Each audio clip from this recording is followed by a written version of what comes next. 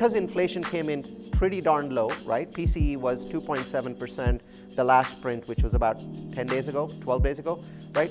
Now people are thinking, okay, the Feds were feeling more comfortable, and so I think a rate cut for September is pretty much locked in, and I think we may get another one in December or we may not, but we'll definitely get 4 rate cuts next year. So that's very important that we're finally there.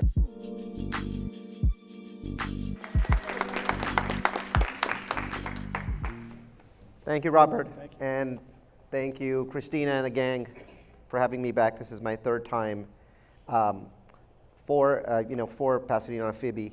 It's always wonderful to be here. My folks live in the Valley, so I always like to come do this, especially if it's possible in the summer. And thank you all for switching the day for me, for coming on a Friday. And hopefully this will be interesting and entertaining for you. It's a very, very, very interesting time. I know a lot of people are in multifamily or in single family. Those are the 2 areas that we're going to be discussing today. I think from what I could see, about half of you know me. So for the rest that don't know me, I'm a technologist, a nerd, computer science degree, data science is my specialization. Had a successful tech career in the San Francisco Bay Area. Ran a company for 15 years, sold it to a private equity firm while I was running the company, and we grew it from about 10 people to 400 employees. The company was making an incredible amount of money. I live in Taxifornia, big fat tech salary, so I was paying 53% of my salary, to the IRS. One day I stormed into my boss's office and I said, "I don't even work for you. I work for the IRS." And he smiled and he said, what percentage of your salary do you pay in taxes? I said, "Last year was 53%, Paul, and it hurt." And he said, "Ask me the question, how much do I pay?" And I said, how much do you pay, Paul? And he says, "0. And I know that Paul's, he's a senior partner in the firm, so he's making 4 times what I'm making. So I don't get that. I'm like, what kind of fraud are you committing? And he says, no, I need to show you, but I have to take you to Los Angeles. So we fly over to LA, and he takes me to West LA, and we go into this really ugly apartment building. And he says, "I own this building, and that's why I don't pay any taxes," right? So it's a big, massive apartment complex. And I'm like, "Paul, it's really ugly." And he says, "I know." And I'm like, no, I mean really ugly. And he says, "I know." And I'm like, my mentor is trying to teach me something, right? And then he tells me about the fact that these ugly buildings are the ones that really make money, depreciation, la-di-la-da. I go through this whole learning process. And then I'm like, "So Paul, we should do more real estate." And he's like, "Yeah, but it's a lot of work." And I'm like, no, let's try something. Well, 15 days later, he comes in and says, "I'm pissed off at General Motors. We were basically their tenant. I don't want to be a tenant with anybody anymore. Let's just take our money. We have so much money in the bank, and let's build a campus." And I'm like, "Yes, Paul." And he says, "And you will build it." And I'm like, "No, Paul." It's like, I haven't even done a rehab project in my own house, right? You want me to build a campus? He's like, no, don't worry about it. I'll give you a retired Jeep general contractor, GC, and he'll help you, blah, blah, blah. And somehow he managed to con me into it, and it was very terrifying. And we built a 27,000 square foot campus from scratch, which even has its own freeway exit in Fremont, California. And after that, we ended up building 6 more over the next 7 years. And every time we built a campus, my income went up and my taxes went down because of depreciation, right? And so I was now taking more and more money home. By 2008, I had a huge amount of money and I was ready to invest in real estate. My timing was incredible, right? And so I start looking at the data, right? I'm a data scientist, so I start mining data. So I mine at Zillow. I find a Ukrainian hacker. I start mining Zillow and Trulia and all these kinds of websites, the Bureau of Labor Statistics. We gathered all the data in a predictive analytics software called R. The software is actually just the letter R. And we start getting insights from it. By the way, as a side note, if you were ever going to do what I did and mine the internet for data, mine slowly, because one day I received a call from the Federal Bureau of Investigation saying that you have just crashed the BLS.gov website because you have an agent that's scraping 24 hours a day. So I let the person know, this is what I'm looking to do. I'm a data scientist. I'm sorry. I was terrified. I'm an immigrant. They could deport me, right? But they understood. They're like, yeah, no, you can't do stuff like that. You got to slow it down. So since then, all of the agents that I've written for scraping the internet are lazy. So they start at 9 o'clock, they take lots of coffee breaks, they take 1.5 hours for lunch, and they stop working at 4 o'clock. And they only work at human speed, so it takes me a long time to scrape data, but it still works, and no more FBI. So anyway, we scrape all this data, and we basically start asking the software insights. Now with AI, you can actually have natural language conversation with this software, but before you had to write scripts. Back then we used to write them in Perl, now we write them in a software called Python, or a language called Python. Back then it was Perl. And basically the software started to indicate, it showed some indications about certain cities being much more profitable for real estate than other cities, because that was the goal. We were trying to figure out how to correlate two things, profit and cities, which cities make more money. And so the correlations basically showed that a city called Madera, California was going to be the best city in America to invest in for the next year. That's because its prices had fallen the most from peak. So you know, the 2006 peak in Madera was somewhere around 330,000, and by the beginning of 2009, you could buy the same home for $90,000 in cash. So I jumped into my car, I drove 144 miles to Madera, California. I walk into a broker's office, and I say, why are all these homes empty? Because there were thousands of empty homes, brand new, built by Kaufman and Broad. And they said, well, KB Homes gathered all the Mexican immigrants that were working in the fields, brought them in and said, stated income, everyone, your income is $500,000, yes? Yes, senor. And basically they signed off, and all those people are gone. They're back in Mexico because they know these homes are worth $90,000. And I said, what does it cost to build these homes? Well, it costs us roughly $220,000. So I'm like, but I can buy them for $90,000. That's a steal, right? It'll cost $220,000, so someday they're going to be worth more than that. Yes, but where are you going to find the tenants? And I was like, that's a good question. So I jump into my car, back into my car, I drive 22 miles to Fresno, and the same day I go and buy a crappy old home in Fresno. So even though these were brand new, I buy a crappy old home in Fresno on Summerfield Drive, 2483 South Summerfield. And I go back to the Ukrainian and I say, I want every site on the web that lists apartments, I want every single one of those to list this apartment. He's like, this single family home. And he said, you're going to get tens of thousands of leads. I said, I know. I hire my first Filipino. Now I have 22 full-time Filipino employees. Her name is Julianne. And I say, Julianne, everyone that calls say, well, that home in Summerfield is rented, but I have 10 homes in Madera.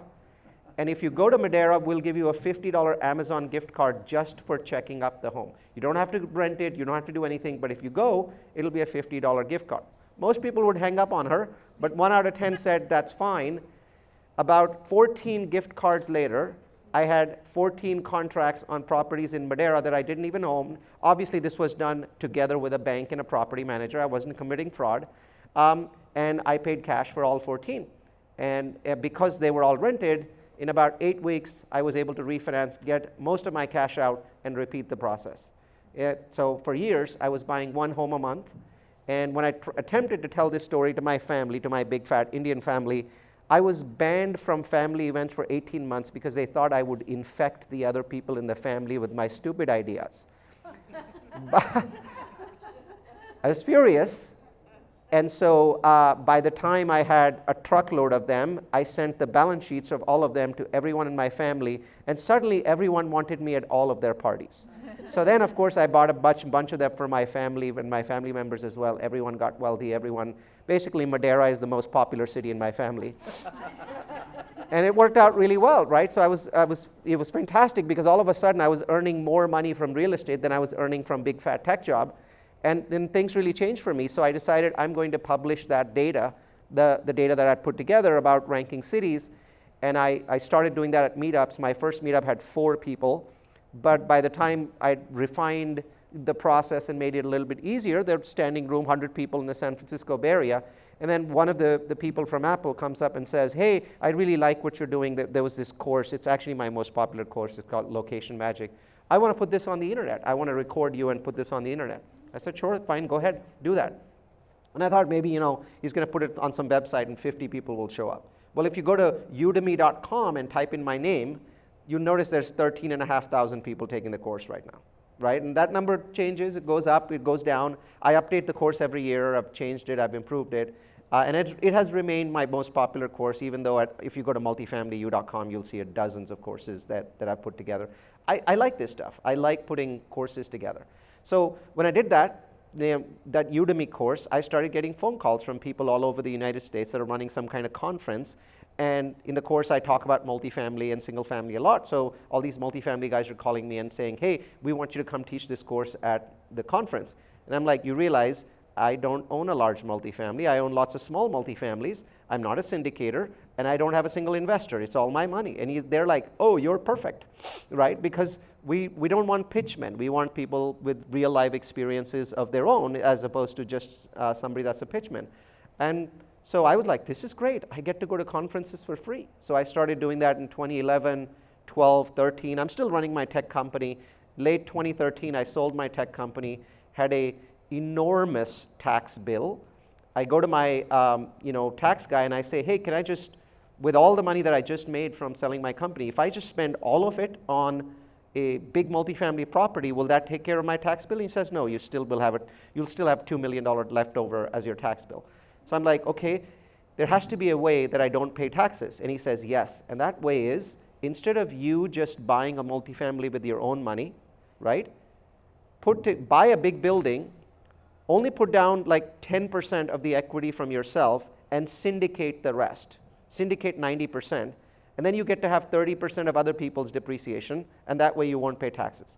And that's when I learned the word syndication.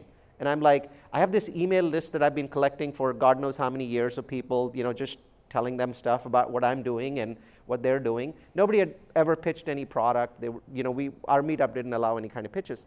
And it was surprising. I was like, maybe I'll send an email and see how many people are interested. I got about 400 people immediately saying, we're going to jump in with you if you buy a multifamily property. So I bought one, 237 units, and it sort of has snowballed from there. At this point, we have roughly 4,800 units in 10 states. Currently, there are 1,016 active investors with us, so it's a big ecosystem of investors. We don't raise money for other people. We don't partner with other folks. These are just all our projects that we're doing. We do all kinds of projects. I like to build stuff. So this is a property that I built in Utah. I like to buy stuff. This is a property that we exited at 2x about 4 months ago in Atlanta. This is an older property, Midtown Ridge, that I just bought $30 million for about 2 months ago. Another workforce housing that I built in Utah, and a student housing property that I built called The Grid. This is my most profitable property. It currently distributes 17.5% cash, and these are a bunch of luxury townhomes. So lots of different kinds of assets. And what remains constant though, and what I enjoy the most actually is what I'm doing now. I come from a family where almost everyone's a teacher. So my mom's a teacher, sister-in-law, wife, mother-in-law, father-in-law are all teachers. And my sister was a teacher for a while too. And I enjoy presenting. I enjoy taking concepts that are difficult and presenting them in a way that not only do people understand, but it becomes an aha moment for them, and it sticks in their head for a long time. So this is actually the funnest thing that I get to do.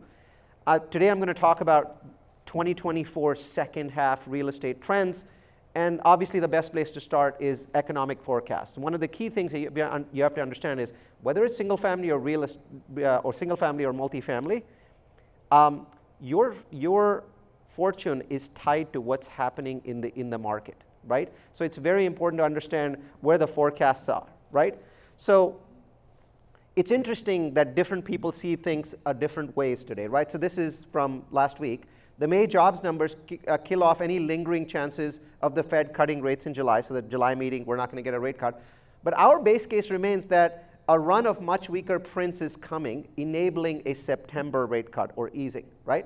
So this company, believe it or not, Pantheon Macroeconomics, this is a company with a really good prediction track record. They actually think we're going to have 5 rate cuts this year, or 125 basis points. Now, I put this up because they're the only ones that are thinking that. Yeah, that would be fantastic, right? That would be incredible.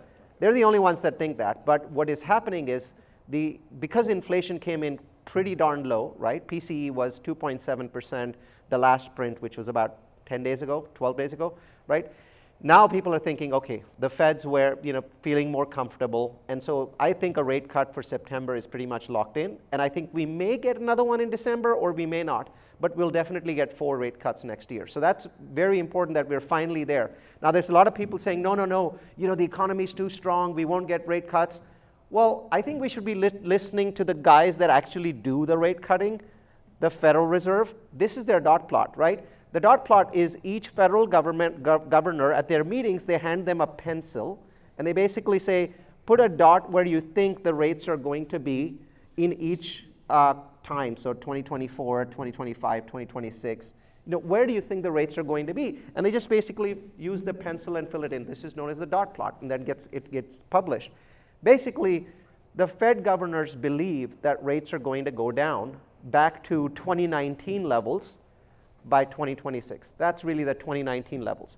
Will we ever get down to 2021 levels? No, that you'd need another COVID type event to occur for that. So it's very important that you understand that the Federal Reserve, these are the most conservative people, they're very non-political. I don't see any evidence, by the way, of the Fed being swayed by what the government is doing, right? And what they're saying is, we see the rates going down.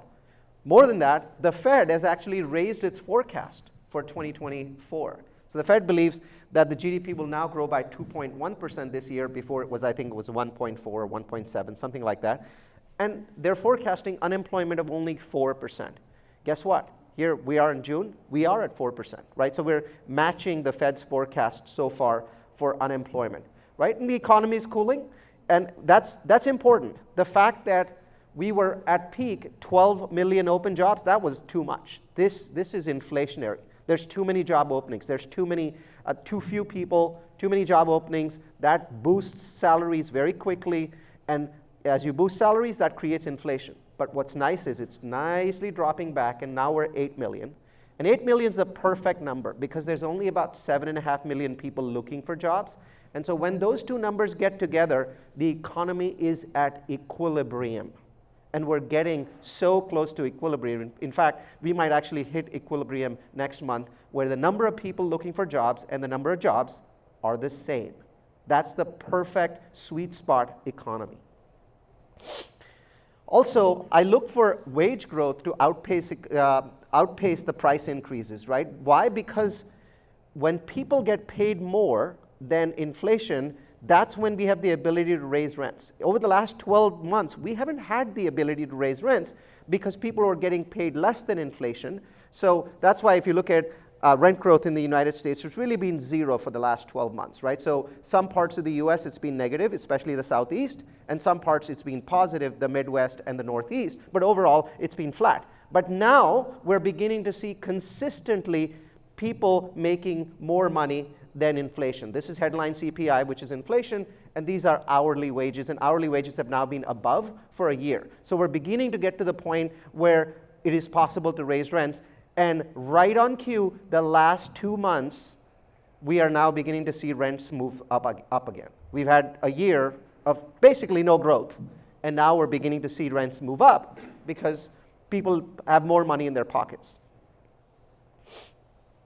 This is the PCE index. As I mentioned, this is 2%, this is 3%. Right now we're at 2.7%. Now you might say, yeah, but it's not at 2%. Well, go back and look at the last 10 years. It's never really been at 10%.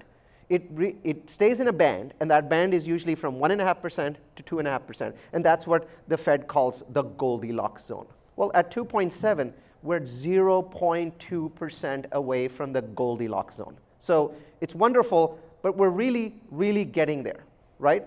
So I'm going to skip this particular slide, but bottom line is, from an economic perspective, the US economy is in this unbelievable Goldilocks zone, where we've got inflation down, but after a year and a half of pounding the economy, we've still only managed to get the unemployment rate from 3.7% to 4%. So we may have done something that we've only managed to do once since World War II, kill inflation without killing the economy.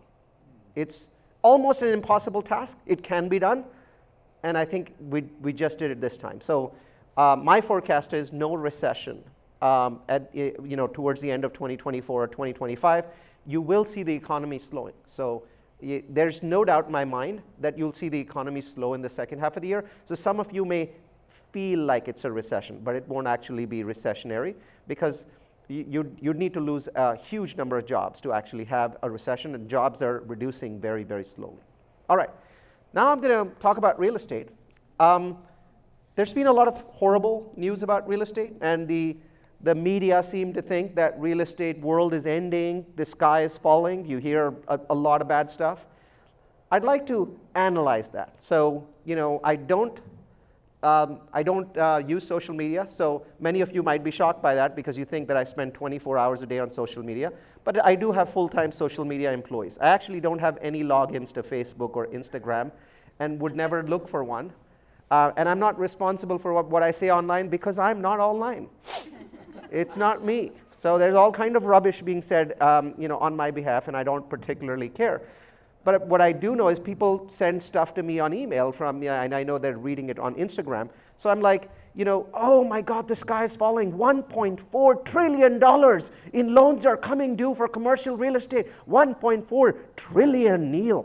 It's like, yes, let me go research that, right? So the first thing I go is I look at delinquencies, right? What are the delinquencies for commercial real estate? This is CMBS loans. Commercial mortgage-backed securities, right? So let's start there. Let's see how many loans are delinquent. And here, this is the financial crisis, 10.3% delinquent, right? This is the pandemic, 10.3, but obviously that didn't last for more than a few weeks, right? Here we are, back down, and then starting to rise again, right? So you see this little increase from roughly 2.5% to 4.7. That's all the increase that we're talking about in delinquencies. Now, that 4.7%, it was lower than 2017 or 2011, 12, 13, 14, 15. Now I'm watching this because it's rising, but you notice it went up and then started to plateau off. So I'm keeping an eye on it, but so far, there's actually no cause for concerns when I look at the delinquencies. So I go, okay, what about my asset classes, right? So, and what about the worst asset class? Let me go check. So Fitch is one of the rating agencies. There's 3 different rating agencies. Moody's is another one. So you look at them because these rating agencies have learned from 2008, right? They got egg on their face. And so Fitch is saying currently multifamily delinquency is at 1.3%, and we think it's going to rise to 1.5%, right? It's going to go up 0.2%. And then I was like, okay, let me figure out what I'm going to compare this to. So I'm going to compare it to office. Office is 6 times higher, and it's going to go to 10%, which is a shocking number for a massive sized asset class. So obviously you can see the difference between these 2 asset classes, right? And then I said, okay, fine, I've looked at delinquency, I've looked at Fitch's numbers, let's look at foreclosures, right? That's the next step beyond delinquency. Delinquency, you're late, foreclosure, it's gone, right? So let's look at foreclosures. Well, foreclosures are at 635, right? And this number was up here in 2014 and much higher than that number. And then it was actually way higher, somewhere around 2,000 or 3,000 in the 2009 timeframe. But it is rising, right? So I was like, okay, let's dig into this. What is the component of these rising foreclosures? And it actually turned out to all be old urban offices. Interestingly, I couldn't find any evidence that there were foreclosures of new offices. It was just offices that look like this, right? So 70s, 80s product. And basically this product has become unattractive because, because of people not returning back to offices, right? There's a lot of feeling that people have gone back to the offices. The answer is, yes, they have. But before COVID, 8% of Americans work from home. Now it's 24. So, and that 24 has been stable for 7 straight months. So it's the new plateau. It's basically the new 8, right? So because of that 16% difference, well, a lot of offices are empty. And Class A offices are getting leased up because people want, nicer offices at a better rate. So it's the older offices. So all of the delinquencies basically is older offices. I couldn't find anything else that was really delinquent in the space. And here's why. Here's why. This is why there's no delinquencies. This is office. This is the total amount of loans coming due. Remember that $1.4 trillion coming due. Oh my God, the world's ending. Well, that's this slide, right? So $200 billion is due for office this year in 2024, right? Well, guess what? We are only halfway through the year. Well, half of it, which is basically all of the stuff that's come due so far, has been kicked down the road. So the banks simply are allowing all of the office loans to be kicked down the road because the banks learned from what happened in 2009. They were stupid back in 2009. They called 5 or 6 million homes back, then they couldn't sell them, and people like me were buying them for $90,000 each, right? So the banks have learned from that. So the banks are saying, no, anything that's coming due, I can push it out. And they're even adjusting the loan amounts to decrease the percentages. So they're doing everything that they can. Same thing's happening for old industrial. There's a lot of old industrial that's coming for renewal this year. And they're like, that's fine. I'll kick the can down the road, right? Hotels coming due, I'll kick the can down the road, right? Retail and multifamily, I will not kick the can down the road. Now, this is both good news and bad news for retail and multifamily people. No bank thinks that they will be stuck with a multifamily property. What they're saying is, fine, their loan's coming due, I don't want to renew, right? You can return the property. In 30 days, I'll flip it. So of the $257 billion in multifamily loans, only $2 billion has been deferred this year. The banks have absolute confidence that if the keys come back, they'll flip the property the next month. And absolutely they will. This does not mean that there isn't distress. There are 3,000 properties at distress. They will go back to the banks, or most of them will. And those 3,000 properties have 90,000 investors that are going to lose all of their money. The banks don't care. Their money is coming back. It's the equity that's losing their shirt on those properties, right? Bottom line is, the banks are so confident that multifamily is not going to cause any kind of distress that they're unwilling to make even the slightest adjustments. When you understand what this means, you realize that retail and multifamily are in a phenomenal place as an asset class, and that's why no bank is willing to give you an adjustment. And retail, I've been wrong on this one because I was talking about the retail apocalypse in 2016 and 17. What I really missed was that they were building this much, and then they understood what Amazon was doing, and then they went from building this much to building this much. And because they didn't build, vacancy kept going down and down and down, and we pretty much have the lowest vacancy in retail in history, right? Not the lowest, but almost the lowest. And as a result, there's no delinquency happening in the retail space. Yes, there are some big malls that are empty, but I'm talking about the retail space in the United States. You average it out, look at the vacancy rate, 4.8% for retail? This is a sector that routinely is double digits in terms of vacancy. It's doing phenomenally well, right? But, what about hotels? Hotels must be doing really poorly because of all the stuff that's been happening with COVID. No, right?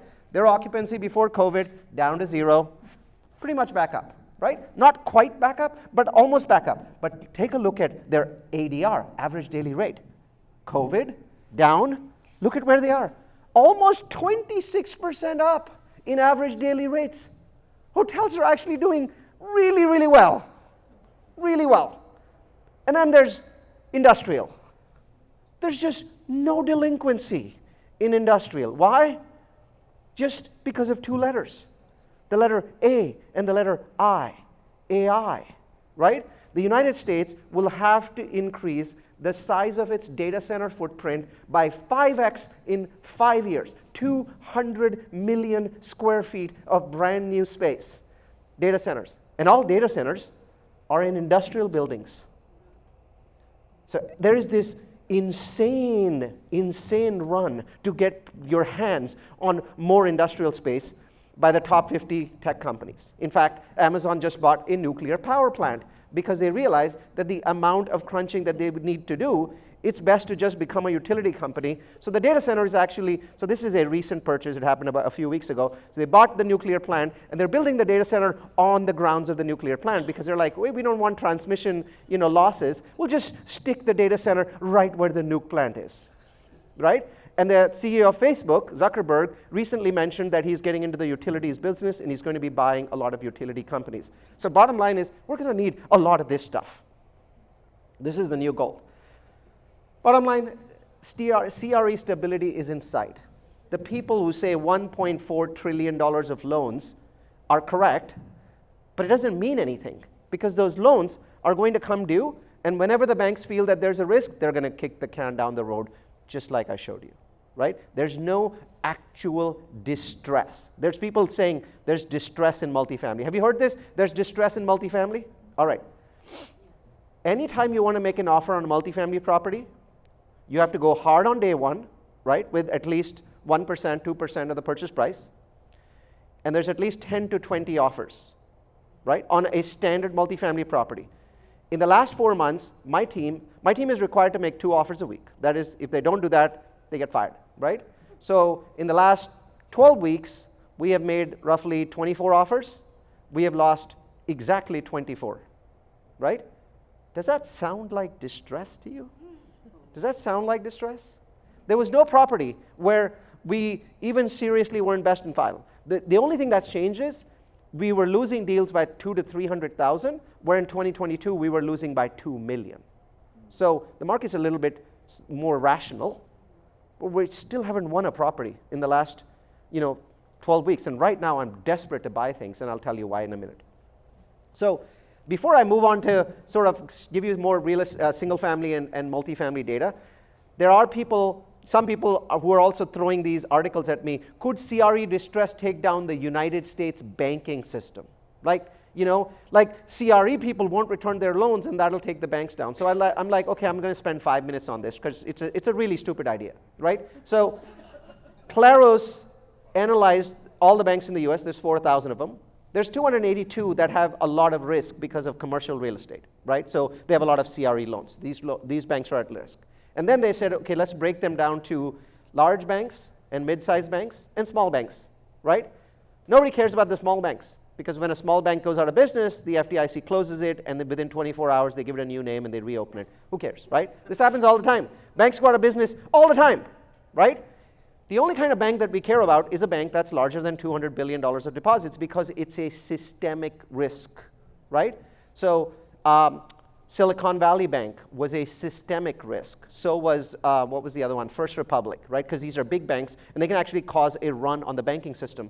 There's only one bank in the United States, a single bank, New York Community Bank, NYCB. That's the only bank that's a systemic risk. And the feds are all over it, right? That bank is being forced to raise the amount of equity. They're forced to sell shares. And it's very likely that in the next few weeks, JP Morgan Chase will buy it, right? So Jamie Dimon buys banks just like I buy burgers. I mean, just like, yeah, bring on another one, right? So he's probably going to buy this bank. And if you look at the FDIC's problem list, right, 900 banks were at risk in 2010. The risk today is 52 banks. So this idea that somehow CRE is going to put the entire banking system in trouble is truly, truly ridiculous. It is a nonsense idea. These are the kind of ideas that can only live on Instagram and TikTok, right? In fact, Wall Street has very smart people. Look at JP Morgan Chase, biggest bank in America, up 27%. Wells Fargo up to 18%. NYCB, New York Community Bank, down 66%. Wall Street knows what it's doing. All right, real estate. First, this is brand new data. I just added this slide today. Home prices hit a record high in May. Inventory's gone up. Remember we were saying nobody's bringing homes to market? Inventory's gone up 18% since last year. So more homes are coming to market. But prices are up 5.8% year over year, right? So we're still seeing increased inventory and increased prices at the same time. The average US price is now at $419,000, which buys you half a garage in Los Angeles. Half. Let's see. So home sales are flat. So that's because interest rates are very high right now. So home sales are flat. They're not rising.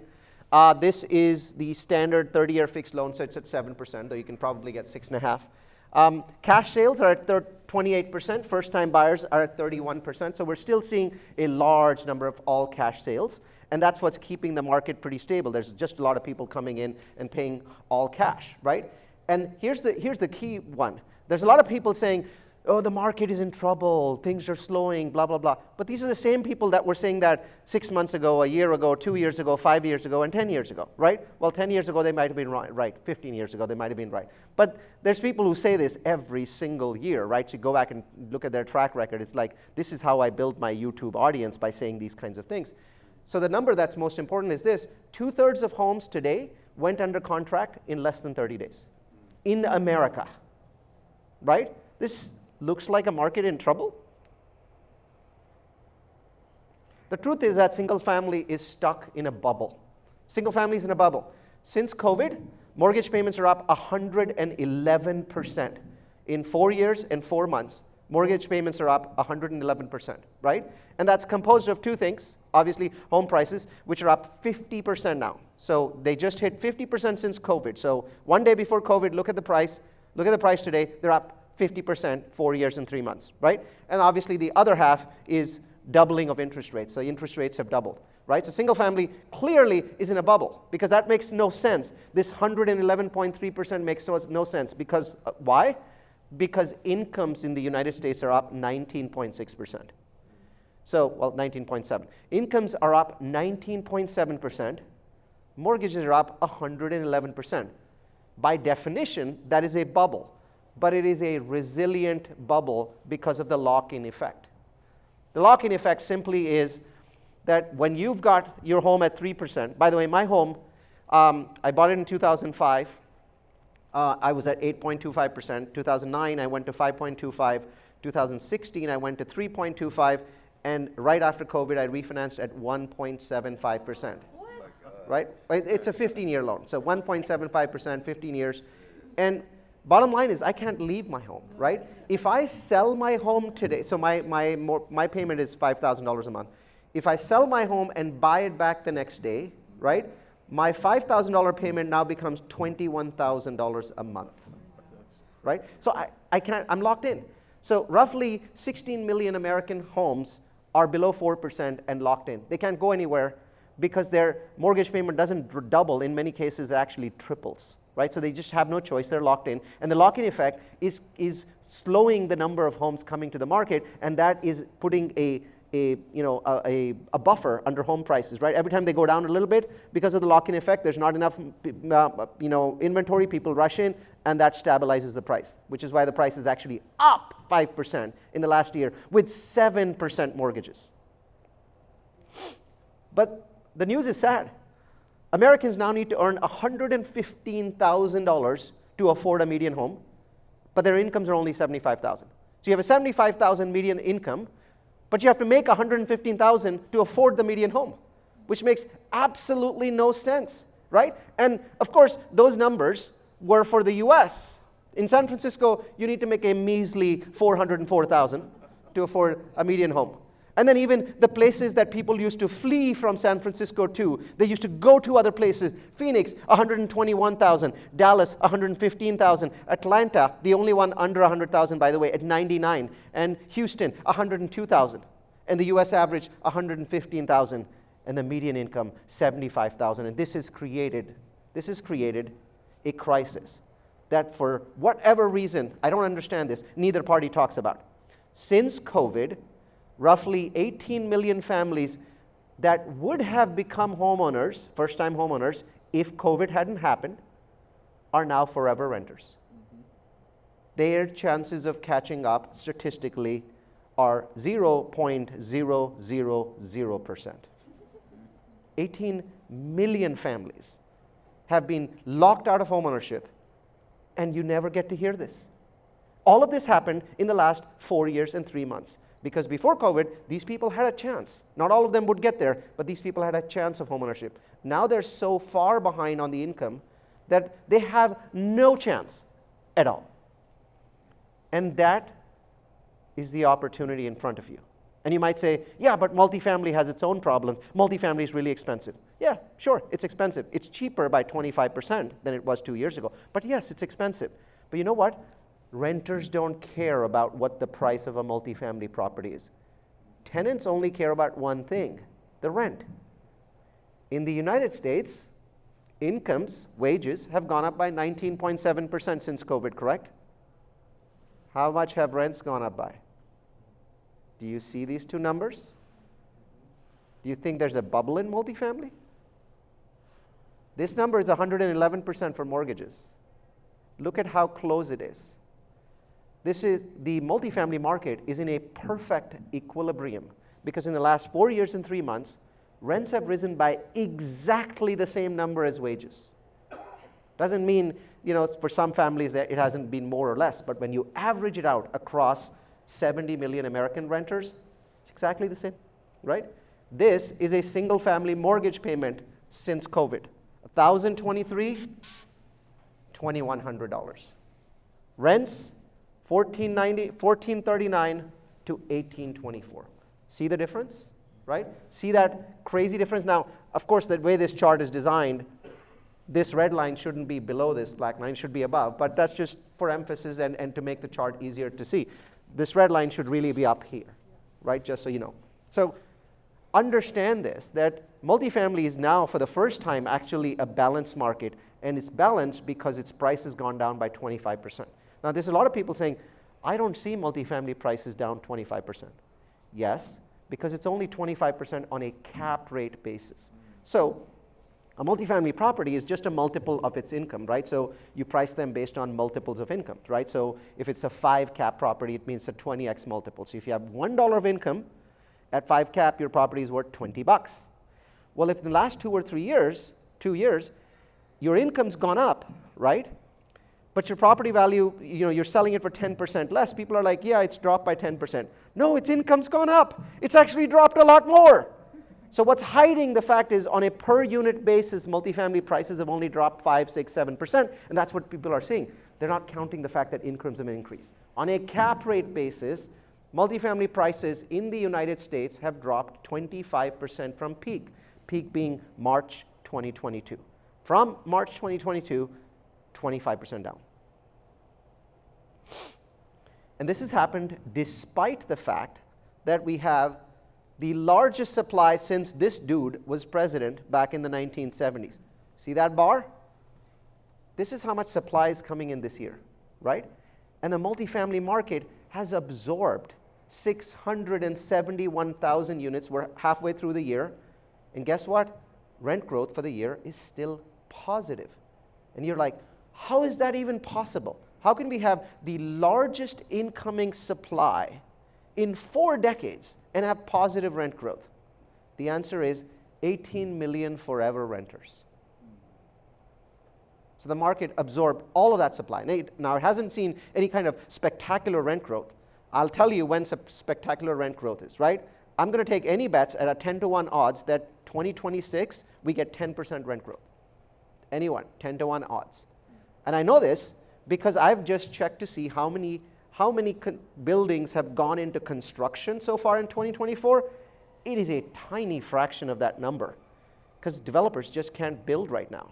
So in my guess right now is in 2026, we will only have 230,000 units delivering. The United States needs 450,000 units every year just to stay at the same level. If you deliver half of that number, you're going to see double-digit rent growth in 2026. One last piece, just the whole distress thing. Oh, there's distress in the multifamily market. I just have one last graph there. This is bank delinquency rate. Individual credit cards, somewhere around 3%. Auto loans, home equity loans, first liens on single family. See all of this stuff? That's multifamily down here. This is the bank delinquency rate. Please understand that social media messes with your head. That's its job. And it's doing its job really, really well. Entire populations are constantly thinking complete nonsense. It's very important to look at the data. Data isn't perfect. To be fair, sometimes it misleads us, but most of the time, it leads us in the right direction. So in my mind, this is actually a great time to buy multifamily, right? Look at me, greedy. I want to buy as much multifamily as I can at this point of time. And I want to do it with a single trick. The only reason prices are down for multifamily, obviously demand is crazy, I just showed you that, right? The prices are down because interest rates are up, right?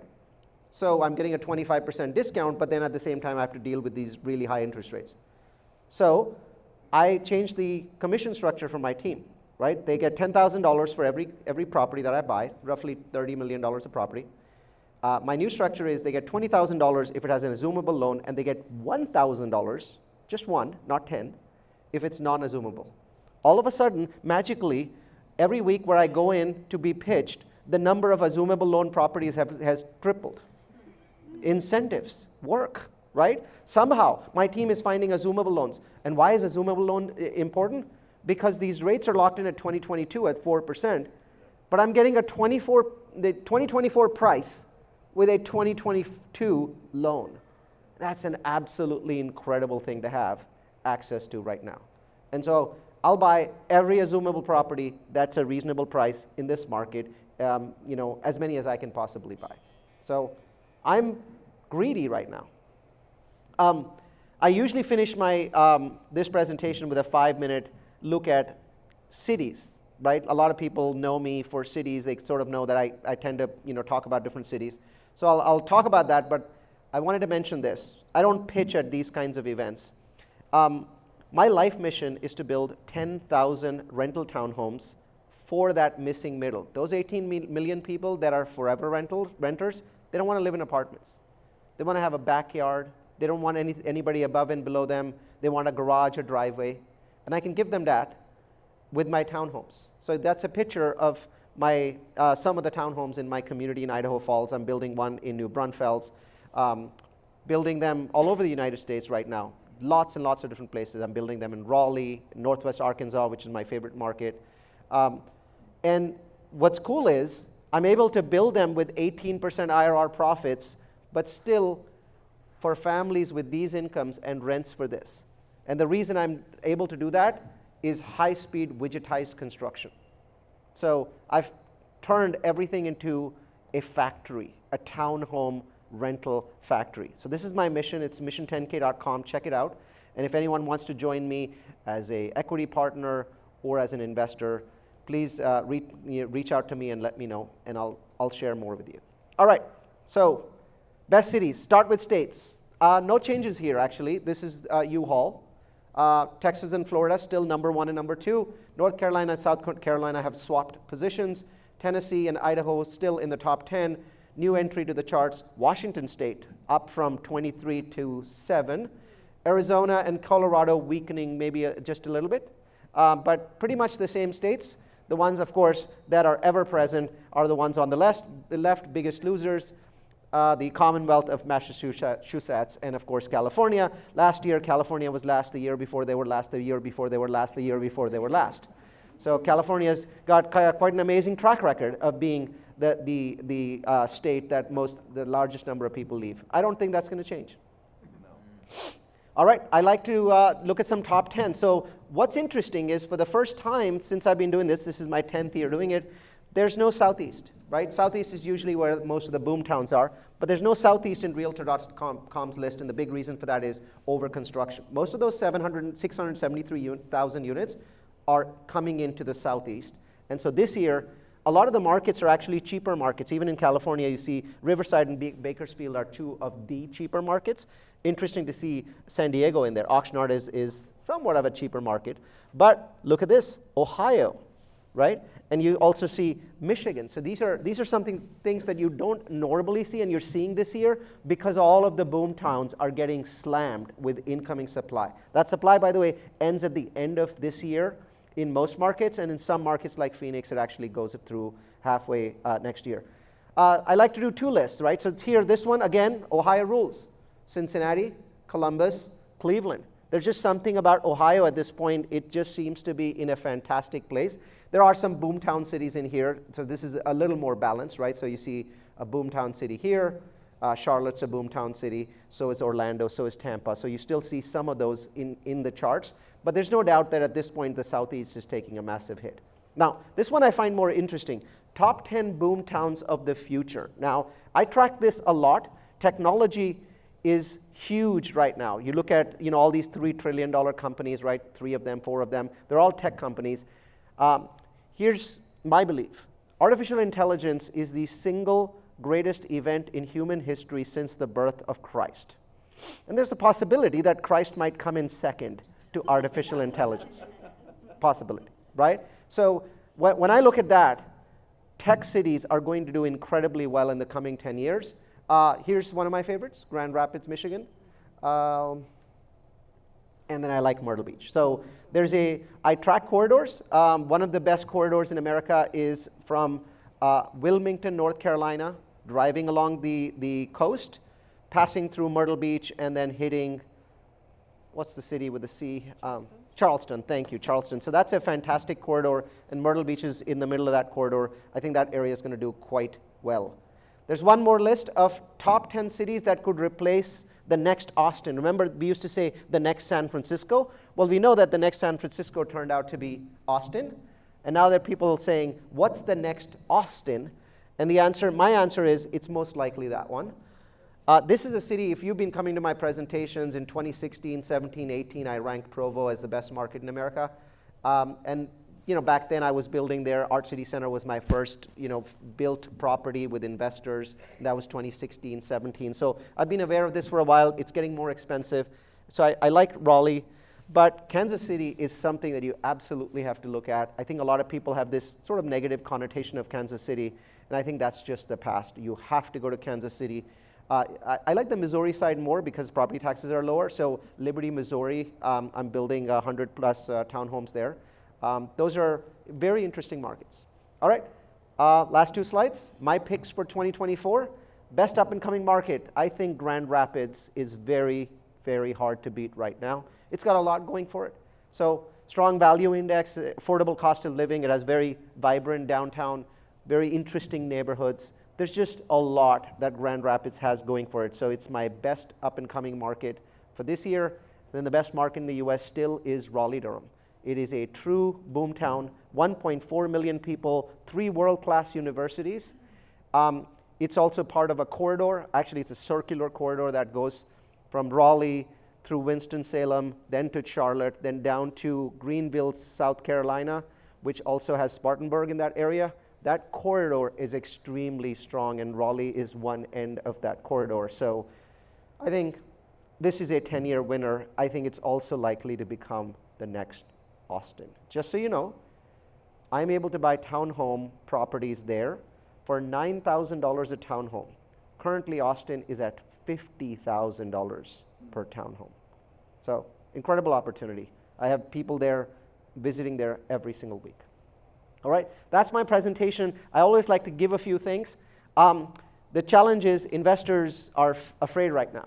They've seen what happened in the last 2 years. They're like, oh my God, bad stuff happening, cash calls, no cash flow. They don't realize that no cash flow and no cash calls are the reason why this is a great time to buy. So I publish a PDF that I hope everyone uses. It takes the top 10 stupid or irrational questions that investors are asking and provides answers. Give this to your teams. Give this, if you're talking with investors, take it, use it. You don't have to mention my name. You can take it and remove my logo and put your own logo on there. Feel free to do that. If you're interested in joining one of my syndications, if you're an investor, you might want to scan that one. If you're interested in joining my equity raises as an equity partner, you can join the one on the right. All right? And that's it for me today. Questions? Did I knock you dead? Thank you. I'll start off with a question. Sure. So how big do you think the demographics and the lower birth rate will play into, like, let's say, post-2030, either multifamily or even single family? We're going to have a real estate, that's fine. We're going to have a real estate depression, which will last for at least a decade, and it starts right around 2029. So our birth rate is dropping at a catastrophic rate. We've gone from a 1% increase in population to a 0.3% increase in population by 2021. Since then, it's been much faster because we have this unrestricted migration at the border. whether it's Democrats or Republicans, that will stop. I'm pretty sure that at this point even Biden's desperate to stop that, and he wasn't, but now he sees the error of his ways. But I think that has given us an additional 4 to 5 years. So 6.5 million people is a pretty massive number. So it sort of, for a while, stabilized the fact that we're seeing birth rates drop and gave us an extra 5 years. But I think in the 2030s, we're going to see a real estate depression because our growth rates are extraordinarily low right now. This is not a US problem. We're actually the US is actually a young market. Demographics affect us the least out of any market in the world. The markets that are most affected are South Korea, China, Japan. Japan's negative birth rate for about 3 decades now. So we're going to see a lot of trouble all over the world for real estate. It doesn't hit us until about 2030 because demographics is actually something that you can predict into the future.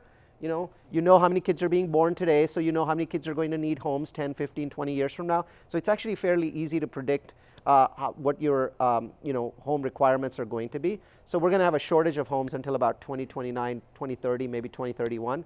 And then at that point, things sort of even out. And then for 10 years, we have too many homes in America. I've seen you several times. And Can you guys hear him?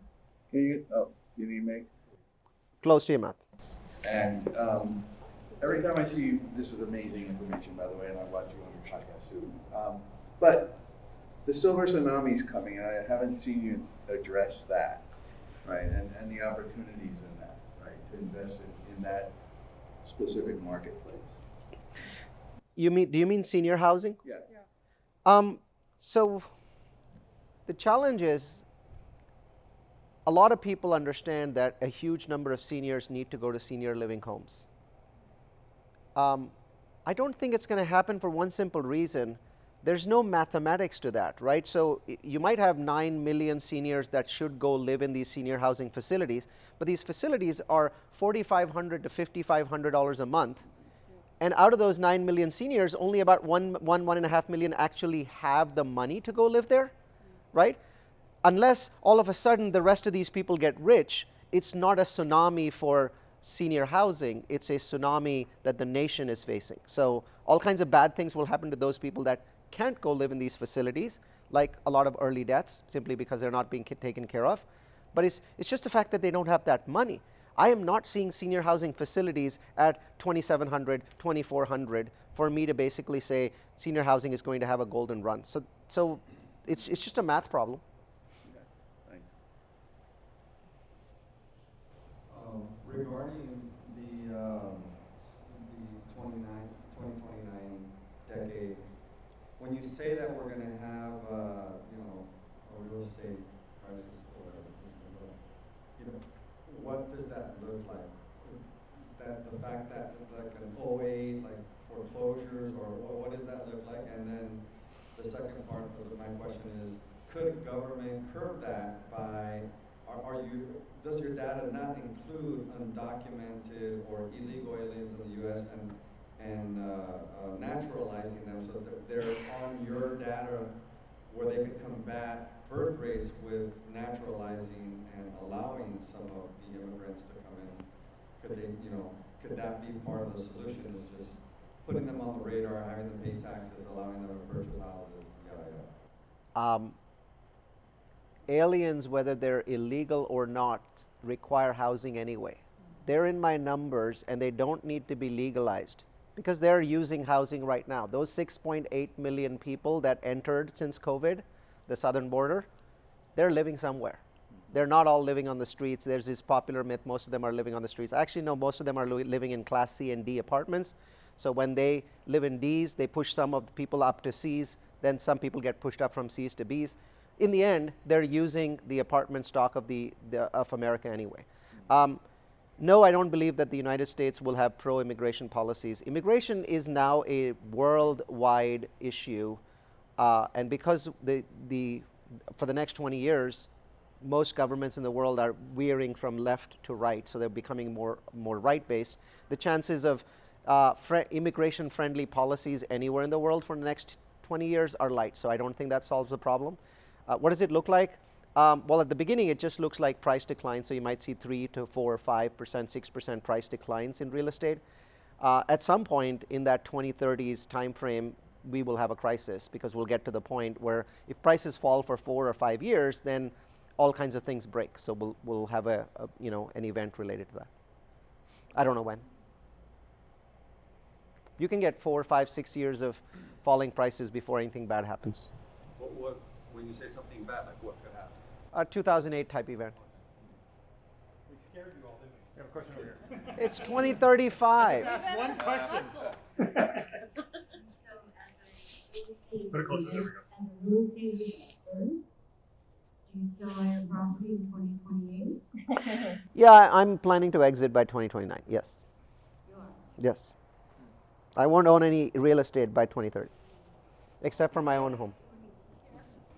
I'll have other kinds of real estate, but not multifamily. Yes. I got a question. Great presentation, by the way. Thank you. Coming out, that was awesome. Have you done research on office? Okay, longer question. I work in the office, commercial real estate management. A lot of office defaults, a lot of companies going bankrupt. Sure. I just wonder your thoughts on the office sector, where it's going, where it's Yeah. heading. My answer is, and again, I'm not an expert on this, there's no solution. The problem is too large. The number of units, the absorption rate is so negative for so many different, and it's negative across the board everywhere in the United States, red states, blue states, it's negative. There's no real solution. People are like, we'll just buy this building and we'll convert it to multifamily. It's a terrible, terrible idea. Only 3% of offices can actually be converted to multifamily profitably. If the government is giving you billions of dollars to convert them, awesome. Please go out and buy all the offices. But as long as you actually have to make profit, understand that offices have a rectangular floor plate, right? All of the water is in the middle because that's where the elevators are and that's where the bathrooms are. Well, the way apartments work, you have to have a window in every room to call it an actual bedroom.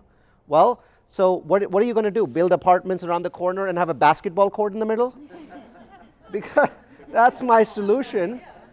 The math doesn't work at all. I mean, there's a very small percentage of office buildings that can be converted to anything else. In fact, more hotels can be converted to multifamily than offices to multifamily. I'm not aware of any true solution. We're going to see a decade-long meltdown. The only good thing about offices, because only 5%, 6%, 7% of their leases expire every year because long leases, it's a very slow meltdown. And we're just in year 2. One more. Anybody else? There we go. Last one. Here we go. When you find a property out of state in one of these cities, can you touch on the process of due diligence, or are you flying out there? Are you developing a local team to look through that deal? Yeah, I think your best shot is to take a look at Bigger Pockets. There's a lot of courses on there for how to develop your team. There's a lot of checklists. The process is not any different. Keep in mind, my process is very different from yours because I work with Asset Living. They're a nationwide property manager. They're managing hundreds of thousands of units. And because they're managing my properties in Florida and they're managing them in Texas and they're managing them everywhere else, it really doesn't matter to me, right? Because I'm not developing a team. I buy a property that's $30 million. It already has 5 employees. My job is to figure out, should I fire them or keep them, right? Half the time I fire them, the other half the time I keep them. And there's an Asset Living property manager and a regional that basically is helping me manage them. So to me, it's a running business that I buy. You're buying a single family property, which is never a running business. So all of the things that are said in Bigger Pockets, you have to do all of them. And even then, sometimes it doesn't work. Sometimes it works, sometimes it doesn't. Right? This is why I seek scale. Scale reduces risk because on a 200-unit property, if all of a sudden 10 people leave, that's only 10% of my income, right? When you have one tenant leave, you go from 100% income to 0%, not even being able to pay your mortgage. That's why I don't dabble in single family at all. Yep. Maybe one follow-up. Follow-up? I've noticed that at the 80-unit plus is kind of where you see all that competition with institutional investors. Uh-huh. Have you looked at like the 20 to 80? Yeah, the 20 to 80 unit market is the most profitable. Can you repeat that? I said usually at the 80 plus unit, you get the institutional investors that are competing for those big 200-unit properties. And I asked him if he had looked at the 20 to 80 range. That is the most profitable market. It is more profitable than what I do. The only reason I don't do it is it takes the same amount of effort to buy a 20-unit property or a 200-unit property, and I have 1,000 investors. So just shamelessly speaking, it's more value for my time, and that's why I do it. The most profitable properties are in the 20 to 80 units. Also, the most challenging and dangerous properties. So more danger, but higher profits. All right, guys, let's give Neal a round of applause.